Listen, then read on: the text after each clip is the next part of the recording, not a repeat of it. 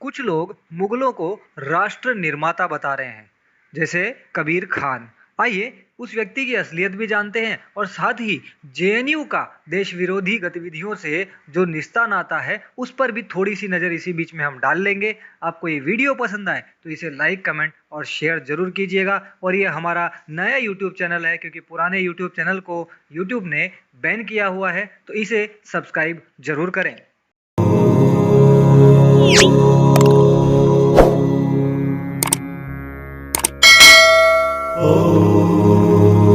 नमस्कार दोस्तों, आप सभी ने देखा होगा कि फिल्म निर्माता कबीर खान ने मुगलों को राष्ट्र निर्माता बताया है। जी हाँ, कबीर खान एक सीरीज बना रहा है जिसमें मुगलों को राष्ट्र निर्माता बताया जा रहा है। वो एक मुसलमान है, ये तो हम सबको पता है, लेकिन बहुत से लोगों को ये नहीं पता होगा कि कबीर खान रशीदुद्दीन खान का बेटा है। जी हाँ, रशीदुद्दीन खान राजनीति का प्रोफेसर था और वो दिल्ली के जवाहरलाल नेहरू विश्वविद्यालय के संस्थापकों में से एक था। जेएनयू यानी जिस जवाहरलाल नेहरू विश्वविद्यालय में नारे लगते हैं, भारत तेरे टुकड़े होंगे इंशाअल्लाह इंशाअल्लाह, उस जेएनयू का संस्थापक का बेटा है कबीर खान। तो ऐसा आदमी तो भारत पर हमला करने वाले मुगलों का झूठा महिमा मंडन करेगा ही। अब जेएनयू के बारे में तो और भी बहुत कुछ आप जानते होंगे। वहाँ के लोगों को मतलब वहाँ से कई बार ऐसे गलत नारे लगे हैं जो देश विरोधी हुए, जो हिंदू विरोधी हुए। और अभी हाल में ही में भी आप सबको पता होगा कि हरियाणा में भी जेएनयू के एक प्रोफेसर के पति का नाम है अनवर सैयद फैजुल्ला हाशमी, उसके खिलाफ एक सोसाइटी में 28 अगस्त को शिकायत दर्ज कराई गई है कि ये बंदा अपनी बालकनी से खड़ा होकर हिंदुस्तान मुर्दाबाद और पाकिस्तान जिंदाबाद के नारे लगाता है। अब इस वीडियो में साफ साफ ये सारी चीजें दिखाई दी, लेकिन जो जेएनयू की प्रोफेसर हैं वो अपने पति की मानसिक स्थिति ठीक नहीं होने की बात करके उनका बचाव कर रही है। अब ऐसा तो हमने बहुत बार देखा है कि ये इस प्रकार की मानसिकता वाले ये लोग उल्टे सीधे काम करते हैं, बलात्कार करते हैं, लोगों को मार देते हैं और जो भी यानी पाकिस्तान जिंदाबाद के नारे खुलेआम लगाते हैं। परंतु जब इनको पकड़ लिया जाता है तो या तो इनकी मानसिक स्थिति ठीक नहीं होती है, या ये कहते हैं कि हमसे गलती से लग गया, हमसे गलती हो गई, इस प्रकार की बातें बोलकर ये छूट जाते हैं। आशा है इस मामले में पुलिस सही तरीके से कार्रवाई करेगी और इस पाकिस्तान जिंदाबाद तथा हिंदुस्तान मुर्दाबाद के नारे लगाने वाले इस देशद्रोही को सजा जरूर दिलवाएगी। हम आशा ही कर सकते हैं, बाकी तो हमारे देश का कानून बहुत महान है। खैर, हम आगे बढ़ते हैं। 1947 के पहले भारत के मुसलमानों ने ही पाकिस्तान बनाने के लिए मुस्लिम लीग को वोट दिया था, लेकिन वोट देने के बाद भी भारत के मुसलमान पाकिस्तान नहीं गए और भारत में ही रह गए।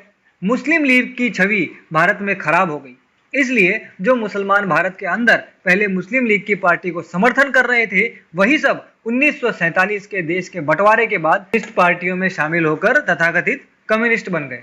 कबीर खान का अब्बा भी शायद ऐसा ही कम्युनिस्ट रहा होगा। नोट करने वाली बात यह भी है कि कबीर खान ने हिंदू लड़की मिनी माथुर से निकाह किया है और उसके 2 बच्चे भी हैं। ठीक इसी तरह इस कबीर खान के पिता रशीदुद्दीन खान ने भी एक हिंदू लड़की से ही निकाह किया था, यानी पुश्तैनी लव जिहाद का कार्यक्रम चल रहा है। इस बात पर भी गौर करने की जरूरत है कि हिंदू गर्भों से जिहादी पैदा करना सदा ही जिहादियों के लिए मनोरंजन और आनंद का विषय रहा है। सैफ अली खान भी हिंदू गर्भ से ही तैमूर और जहांगीर पैदा करने का आनंद प्राप्त कर रहा है। दरअसल ये एक बलात्कार की मानसिकता होती है, जिसमें किसी चीज पर कब्जा करने, उसके भोग का आनंद लिया जाता है। जैसे चोरी करके या छीन कर प्राप्त की गई चीज का आनंद हमेशा आसानी से मिली चीज से ज्यादा होता है। अब बात करते हैं मुगलों की। ज्यादा लंबी बात न करें तो भी समझने वाली बात यह है कि बाबर तो एक विदेशी था और वो भागकर अफगानिस्तान से आया था। अब आप विचार कीजिए कि जो बाबर उस देश का निर्माण नहीं कर पाया जहां पर उसने अपनी जिंदगी के 40 साल गुजारे थे, आज भी पाकिस्तान का हाल क्या है ये आप सब देख सकते हैं। बाबर का जन्म फरगान में हुआ था, ये जगह आज उज्बेकिस्तान में है। अगर बाबर इतना ही बड़ा निर्माता था तो जहां था वहां तो राष्ट्र बना लेता, वहां तो वो कुत्ते की तरह दुम दबाकर भाग आया। और यहाँ उसने दिल्ली में किसी तरह एक छोटी सी रियासत बनाई, उसमें कामयाबी हासिल करी और 4-5 साल में ही कब्र में चला गया। मुगल मुसलमान थे और मुसलमानों ने राष्ट्र जैसी कोई अवधारणा होती ही नहीं, वहां पर उम्मत का कॉन्सेप्ट होता है। ये सारी दुनिया के मुसलमान एक ही हैं, क्योंकि राष्ट्र की सीमाएं मुसलमानों को बांट देती हैं, इसलिए राष्ट्र की अवधारणा इस्लाम में रखी ही नहीं गई। लेकिन ये जाहिल मुगलों को राष्ट्र निर्माता बता रहा है। सोचने वाली बात यह है कि आज दुनिया में कहीं कोई मुस्लिम राष्ट्र आपको सुखी नजर आ रहा है? ज्यादातर मुस्लिम देशों में गृह युद्ध, मारकाट मची हुई है। आपको मिडिल ईस्ट के कुछ मुस्लिम देशों में शांति नजर आ रही होगी, लेकिन गौर करने वाली बात यह है कि वो देश हैं जहां सल्तनतें हैं, और ये सल्तनतें अमेरिका के द्वारा नियंत्रित हैं। जिस दिन इन देशों से अमेरिका का नियंत्रण हटेगा, यहाँ दोबारा मारकाट और पत्थर युग वाली स्थिति आ जाएगी, जैसे आपने अफगानिस्तान में अभी अभी देखा है। आखिर में एक बात और, मूल रूप से कबीर खान पश्तून नस्ल यानी पठान नस्ल का मुसलमान है। ये अफगानिस्तान की एक ट्राइब है जिसने तालिबान जैसे खूंखार और जंगली आतंकी संगठन को जन्म दिया है। अब आप सोचिए कि ये भारत में रह रहा है, इसलिए थोड़ा सभ्य दिख रहा है, तो बड़ी बड़ी फेंक रहा है और मुगलों को राष्ट्र निर्माता बता रहा है।